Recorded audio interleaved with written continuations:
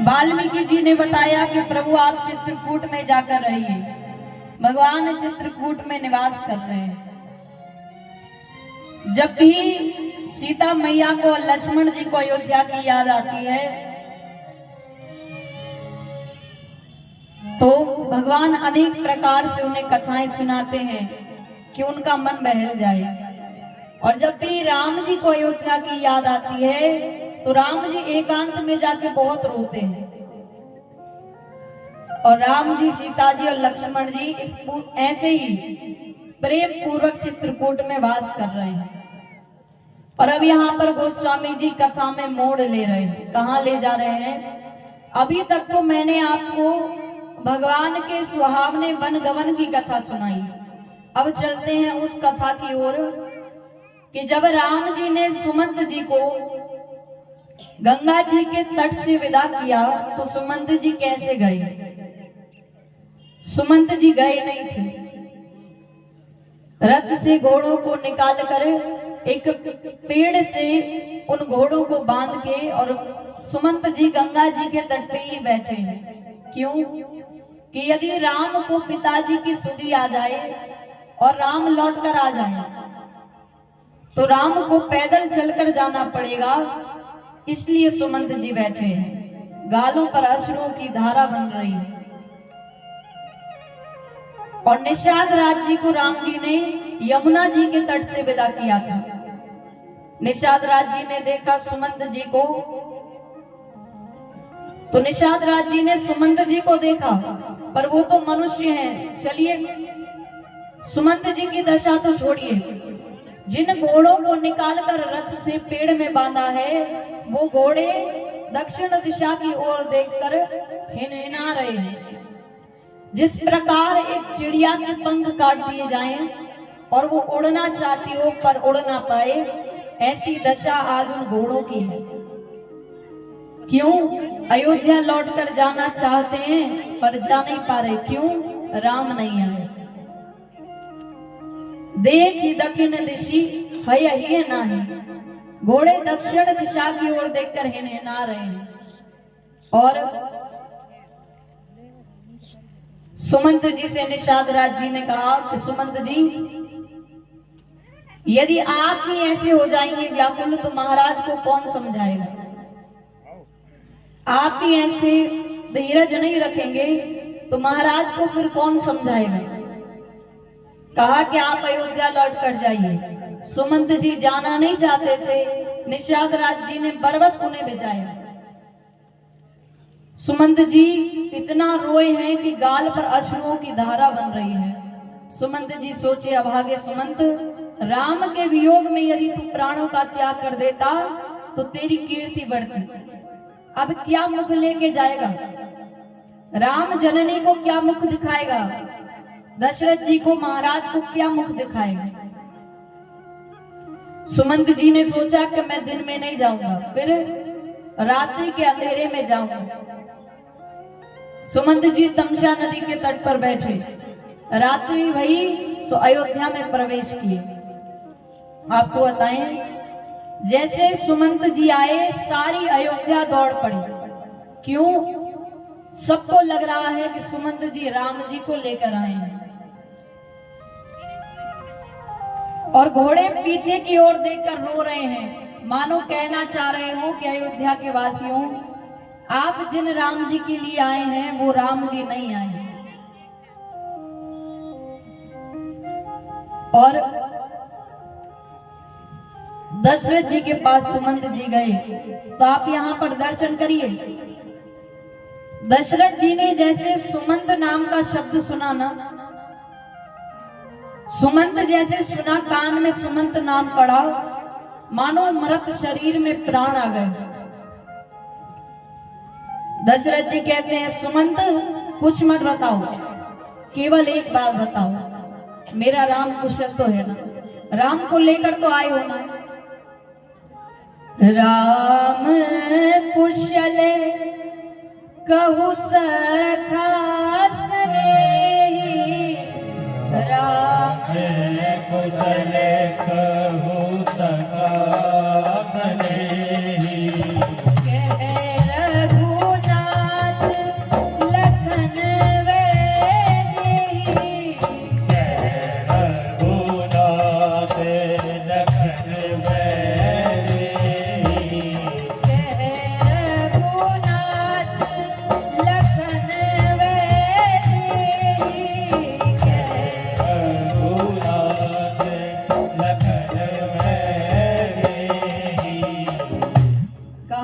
राम कुशल कहूँ सखा सने। मेरा राम कुशल तो है ना, लेकर तो आए हो ना राम को। सुमंत जी मौन खड़े हैं। दशरथ जी कहते हैं सुमंत तुम मौन क्यों हो, बोलो। राम को लेकर तो आए हो ना, सीता को लेकर तो आए हो ना। मैंने तुमसे कहा था राम ना आए तो सीता को लेकर आना, और सीता भी नहीं आई तो तुम्हारे आते ही मैं अपने प्राणों का त्याग कर दूंगा। सुमंत जी कहते हैं महाराज मैंने राम से बहुत कहा, सीता जी से भी मैंने बहुत कहा, पर उन दोनों ने मुझे सत्य की दुहाई देकर मना कर दिया। और राम जी ने कहा था कि तात प्रणाम तात सब कहो, बार बार पद पंकज गहो। पिताजी को प्रणाम करना और कहना कि 14 वर्ष बाद आके उनका बेटा राम उन्हें स्वयं प्रणाम करेगा।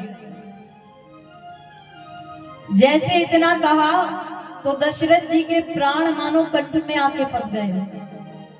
और दशरथ जी की ऐसी हालत देखी तो कौशल्या मैया ने धीरज रखा और दशरथ जी से कहा कि महाराज राम के वियोग में सारी अयोध्या पड़ी है, आप ही धीरज नहीं रखेंगे तो अयोध्या के वासियों का क्या होगा। दशरथ जी कहते हैं मैंने राम को देखे बिना बहुत जी लिया, मैंने सीता को देखे बिना बहुत जी लिया। और दशरथ जी इतना विलाप कर रहे हैं, हो आजा आजा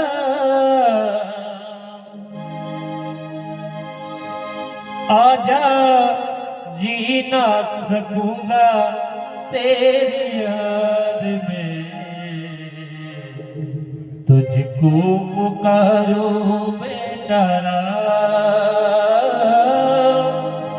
हो आजा, तुझको पुकारो बेटा आजा, जी ना सकूंगा तेरी याद में, तुझको पुकारो बेटा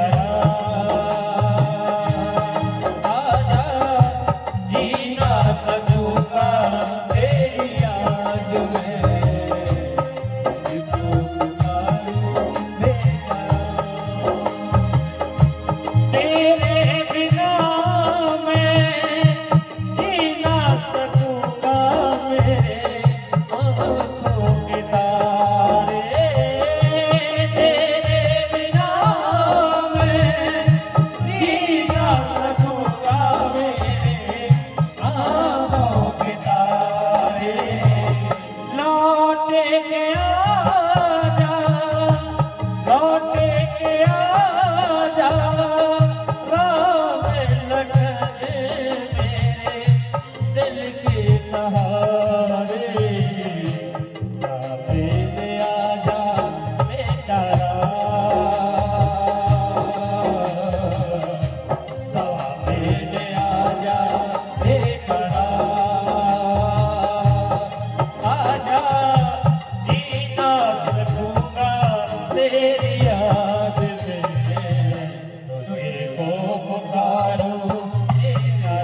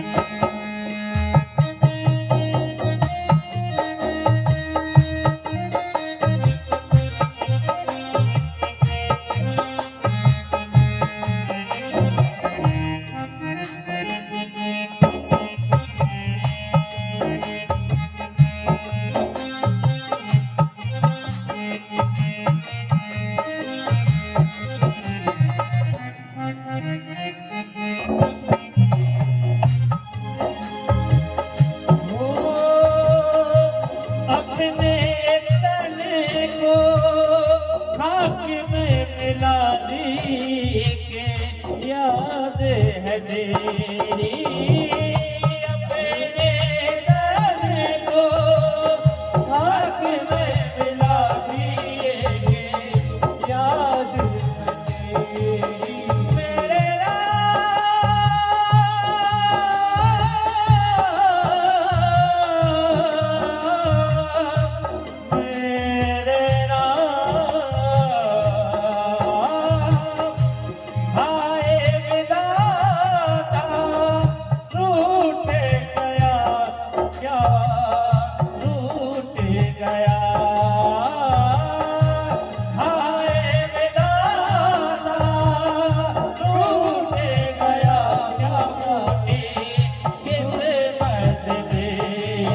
पल पल निहारूं बेटा राम,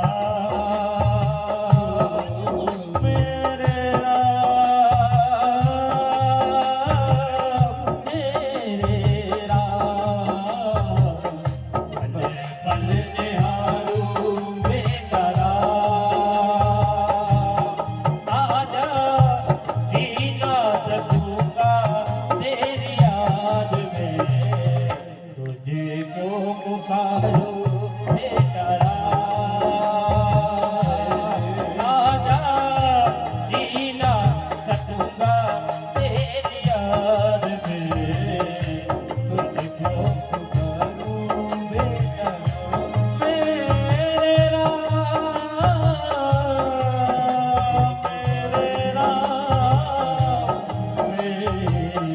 मेरे राम,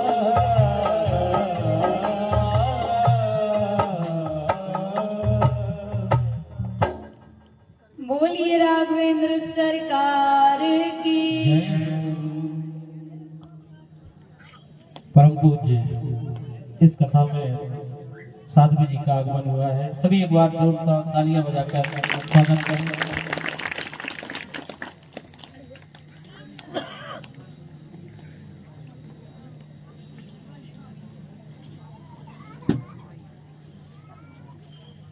आइए एक बार सभी लोग जोरदार तालियों से स्वागत करें।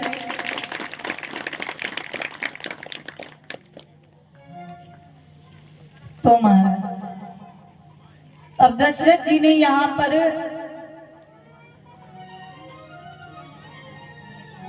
दशरथ जी विलाप कर रहे हैं, और विलाप करते ही करते दशरथ जी ने 6 बार अपने मुख से राम राम कहा। राम राम कह, राम कह, राम राम कहे राम, तनु परिहरे रघुवर विरह, राहु गयो सुरधाम। दशरथ जी ने अपने प्राणों का त्याग कर दिया। वशिष्ठ जी ने नाव में तेल भरकर और दशरथ जी के पार्थिव शरीर को सुरक्षित कराया। क्यों? अग्नि देने को कोई भी पुत्र नहीं है। आप कल्पना करिए, जिसकी 4 संतानें हों और अग्नि देने के लिए कोई भी ना हो, तो दशरथ जी की मनोदशा कैसी होगी।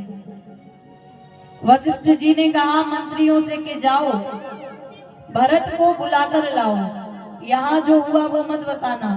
क्यों? यदि भरत को यहाँ जो हुआ वो पता चल गया तो भरत आ नहीं पाएंगे। और वहां भरत जी को प्रातः काल ही स्वप्न आ गया, बहुत बुरा। भरत जी ने शत्रुघ्न जी से कहा कि भैया मुझे बहुत बुरा स्वप्न आया है। इतने में मंत्री पहुंच गए कि भरत जी चलिए, आपको गुरुजी ने याद किया है। अब जैसे कहा कि गुरुजी ने याद किया है, भरत जी दौड़ते हुए आए अयोध्या।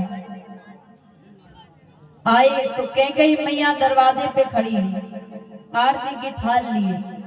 कैकेयी मैया ने कहा पुत्र तुम्हारे मामा के यहाँ सब कुशल तो है ना, वहां सब कुशल तो है ना। भरत जी कहते हैं माँ वहां तो सब कुशल है, मेरे यहाँ सब कुशल तो है ना। कैकेयी मैया ने कहा तुम ऐसा क्यों कह रहे हो। भरत जी ने कहा माँ जो अयोध्या की प्रजा, जो अयोध्या के वासी इस भरत को प्राणों के समान प्रेम करते थे, आज वो इस भरत को देखना भी नहीं चाहते। आज वही अयोध्या के वासी इस भरत को देखना तक नहीं चाहते। मेरे यहाँ तो सब कुशल तो है ना। कैकेयी मैया, अब आप कल्पना करिए, कैकेयी मैया को पता है कि अब जो मैं बात कहने वाली हूँ वो बात सुनने के बाद भरत मुझे माँ कहना छोड़ दे। और एक माँ के लिए इससे ज्यादा दुखदाई क्या होगा कि उसकी स्वयं की संतान उसे माँ कहना छोड़ दे। लेकिन कैकेयी मैया ने सोचा यदि राम को मर्यादा पुरुषोत्तम बनाना है तो मुझे कहना पड़ेगा, और कैकेयी मैया ने सारी बात बताई। आप दर्शन करिए, भरत जी किसी को दोष नहीं दे रहे हैं। भरत जी कहते हैं ना कैकेयी तुम्हारा दोष, ना मंथरा तुम्हारा दोष, दोष है तो केवल इस पापी भरत का। ना ये भरत जन्म लेता, ना इसकी माँ के मन में इसे राजा बनाने का ख्याल आता, और ना मेरे भैया को वन में जाना पड़ता। मोहि समान को पाप निवासु, मुझसे बड़ा पापी कोई नहीं है। भरत जी गए कौशल्या मैया के कक्ष में। कौशल्या मैया रो रही थी, और जब रोते हैं तो धुंधला दिखाई देता है। मैंने आपको बताया था कि भरत जी बिल्कुल राम जी जैसे लगते हैं। कौशल्या मैया रो रही थी। भरत जी जाके दरवाजे पर खड़े भये। कौशल्या मैया ने देखा मेरा राम आ गया। दौड़ती हुई गई भरत जी के पास, तो देखा कि मेरा भरत आ गया।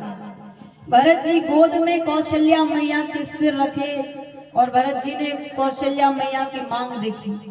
भरत जी कहते माँ, जिस पुत्र के रहते, जिस पुत्र के कारण उसकी माता का सिंदूर मिट जाए, वो पुत्र फिर किसी योग्य नहीं है, वो पुत्र किसी काम का नहीं है।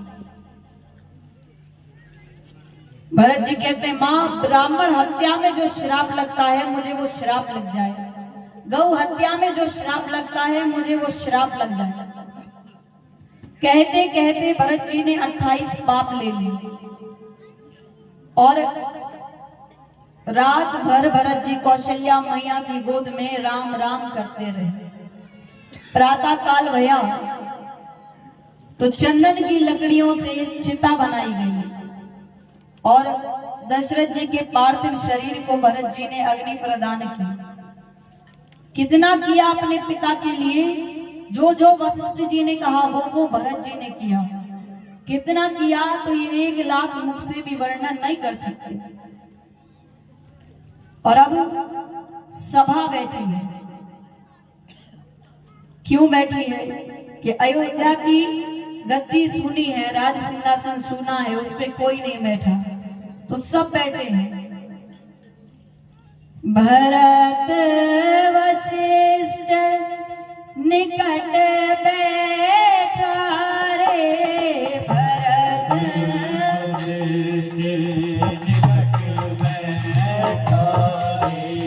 नीति धर्म मय वचन उचारे, नीति धर्म में भजन उचारे, नीति धर्म मय वचन उचारे, नीति धर्म में भजन उचारे। भरत वशिष्ठ निकट बैठा रे। भरत जी को वशिष्ठ जी ने अपने पास बिठाया और अनेक प्रकार से चर्चा की। कैसी चर्चा कर रहे हैं? वशिष्ठ जी कहते हैं भरत सुनो, भरत भाभी प्रबल बिलखी कहो मुनिना, हानि लाभ जीवन मरण जस अब जस विधिहा। वशिष्ठ जी कहते हैं भरत भावी प्रबल है, एक भावी को शंकर जी भी मिटा सकते हैं। जैसे भरत जी सुने कि शंकर जी भावी को मिटा सकते हैं, तो मेरे घर की भावी को क्यों नहीं मिटाएंगे? शंकर जी कहते हैं भरत जी, मैं अपने घर की भावी को ना मिटा सका। क्यों? कितना कहा सती से कि भगवान है प्रणाम कर लो, पर सती नहीं समझी। क्यों नहीं मिटा पाए? हरि इच्छा भावी बलवान, क्योंकि वो शंकर जी की रची हुई नहीं थी। एक भावी वो है जो ब्रह्मा जी की रची हुई है। ब्रह्मा जी की भावी को शंकर जी भी मिटा सकते हैं, वशिष्ठ जी भी मिटा सकते हैं, लेकिन शंकर जी अपने घर की भावी को क्यों नहीं मिटा सके? क्योंकि वो ब्रह्मा जी की रची नहीं थी, फिर हरि इच्छा भाभी बलवान वो राम जी की रची हुई थी। वशिष्ठ जी कहते हैं भरत,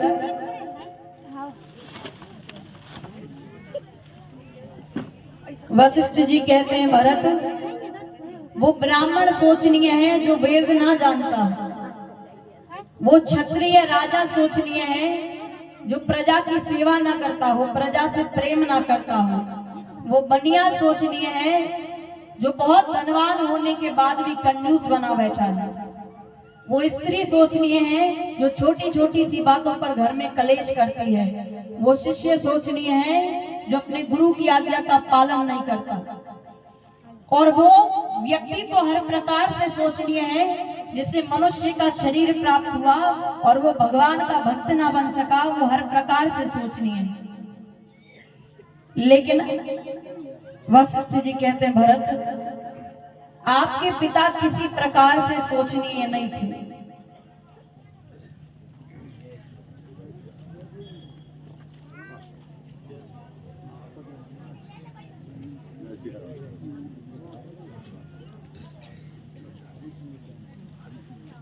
आइए, आज बड़े सौभाग्य की बात है कि हमारे पूर्व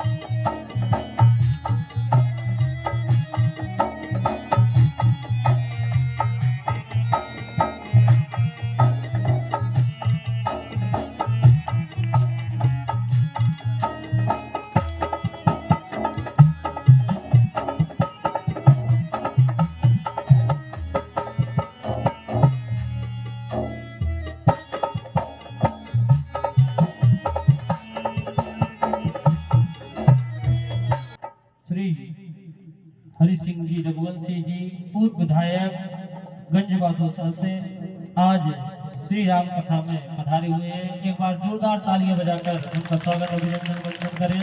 श्री रंजन सिंह जी रघुवंशी जी। तो महाराज अब यहाँ पर वशिष्ठ जी कहते हैं कि भरत, वो ब्राह्मण सोचनीय है जो वेद ना जानता हो, वो क्षत्रिय राजा सोचनीय है जो प्रजा से प्रेम ना करता हो, वो स्त्री सोचनीय है जो छोटी छोटी बातों पर घर में कलेश करती है, वो बनिया सोचनीय है जो बहुत धनवान होने के बाद भी कंजूस बना बैठा है, और वो मनुष्य तो हर प्रकार से सोचनीय है जिसे मनुष्य का शरीर प्राप्त हुआ लेकिन वो भगवान का भक्त ना बन पाया, वो हर प्रकार से सोचनीय है। और वशिष्ठ जी ने कहा कि भरत, लेकिन आपके पिता किसी प्रकार से सोचनीय नहीं थे। क्यों?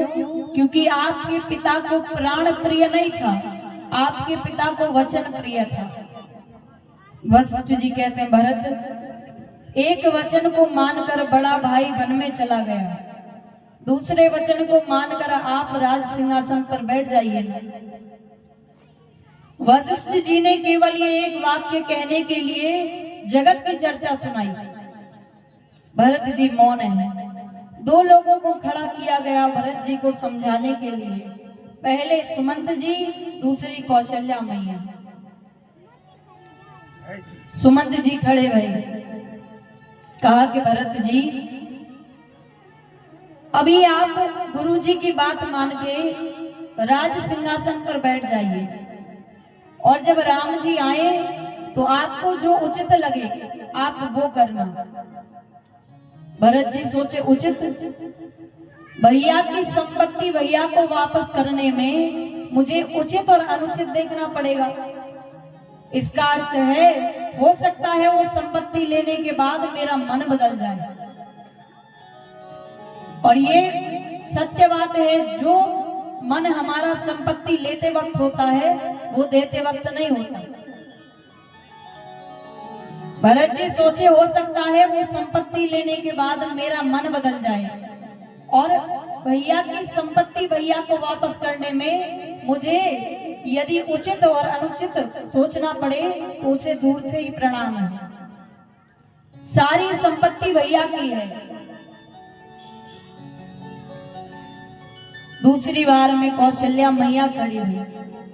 कौशल्या मैया ने कहा कि भरत, पिताजी देवलोक चले गए, बड़ा भाई वन में चला गया, अब आप इस प्रकार कायरता दिखाएंगे तो हमारा क्या होगा।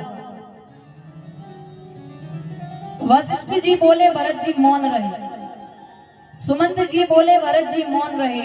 लेकिन जैसे कौशल्या मैया खड़ी हुई, भरत जी रोने लगे, नेत्रों से अश्रु बह रहे हैं। भरत जी कहते, माँ, कहा जाता है कि एक पुत्र को सबसे ज्यादा उसकी माँ समझती है। आप कहती हैं कि मैं भैया के सिंहासन पर बैठ जाऊं। अरे इस सिंहासन पर तो कोई धर्मशील राजा बैठना चाहिए, और आज इस संसार में मोहि समान को पाप निवास हो। मुझसे बड़ा कोई पापी नहीं है। क्यों? जेहि लगी सिय राम वनवासु, मेरे कारण मेरे भैया को वन में जाना पड़ा। इस सिंहासन पर तो कोई धर्मशील राजा बैठना चाहिए, और मैं तो एक पापी हूं। भरत जी कहते, मां, ये सारी संपत्ति भैया की है, मैं इस राज सिंहासन पर नहीं बैठ सकता। और भरत जी ने कहा कि हम सभी लोग चित्रकूट जाएंगे, और मुझे पता है कि चित्रकूट जाएंगे तो मेरे भैया मुझे हृदय से लगा लेंगे, वो मुझे क्षमा कर देंगे। जैसे कहा भरत जी ने, तो उस रात कोई सोया नहीं। क्यों? तमसा नदी के तट पर सोए थे तो राम जी छोड़कर चले गए थे। आज यदि अयोध्या में सो गए तो भरत जी छोड़कर चले जाएंगे।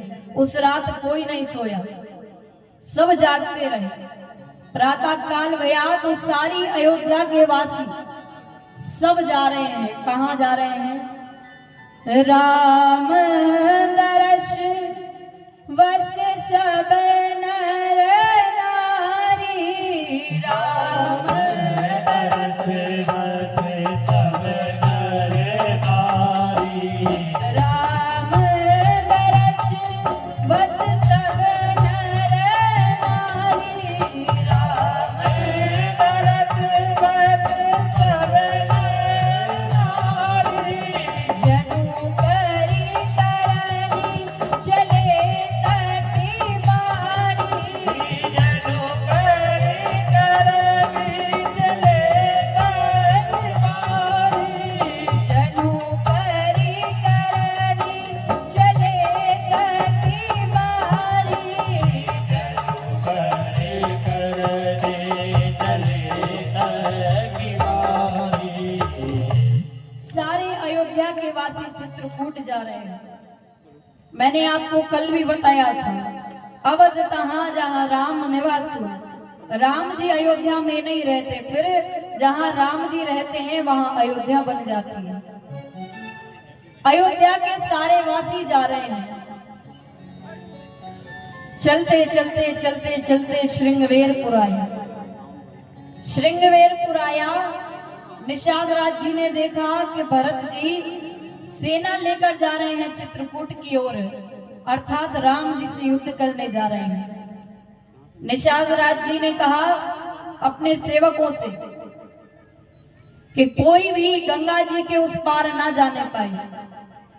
तब तक किसी ने छींक दिया, तो एक बूढ़े दादा ने कहा कि महाराज, आप कह रहे हैं कि राम अपने भाई से युद्ध करने जा रहे हैं, भरत अपने भाई से युद्ध करने जा रहे हैं, लेकिन सगुण तो ये बता रहा है कि भरत राम जी से युद्ध करने नहीं जा रहे, फिर प्रेम करने जा रहे हैं।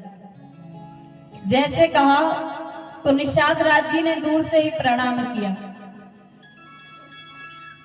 भरत जी ने देखा तो वशिष्ठ जी से कहा कि गुरुदेव वो कौन है।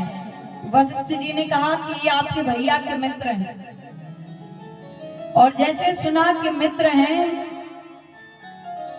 तो भरत जी गए और जाकर निषाद राज जी को हृदय से लगा लिया। प्रातः काल भया, निषाद राज जी ने एक ही बार में सारे घाटों की नाव मंगाकर सारे अयोध्या वासियों को गंगा जी के उस पार कर दिया। त्रिवेणी मैया आई तो भरत जी ने कहा त्रिवेणी मैया से कि आज मैं धर्म का त्याग करके मैं आप